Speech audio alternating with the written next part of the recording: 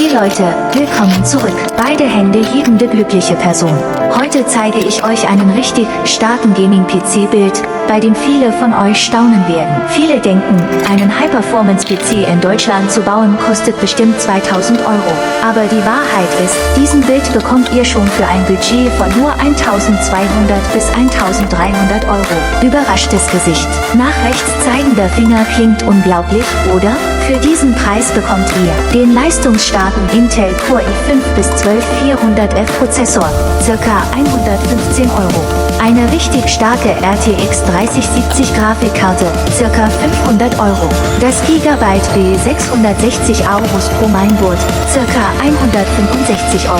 Schnellen Corsair 16 GB DDR4 bis 3600 RAM, ca. 80 €.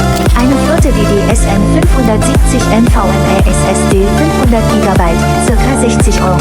Das stylische und kompakte Cooler Master NR200 Gehäuse, ca. 130 €.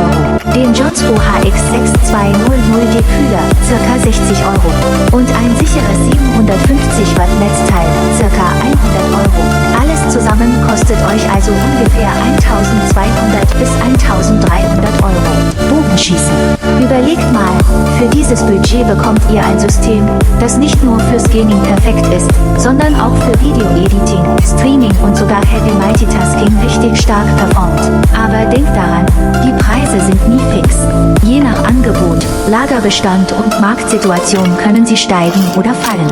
Deshalb ist es wichtig, zur richtigen Zeit zuzuschlagen. Und das Allerwichtigste, investiert besonders in Netzteil und Kühlung. Denn genau diese Teile sorgen dafür, dass euer PC langfristig stabil und sicher läuft. Leuchtende Glühbirne.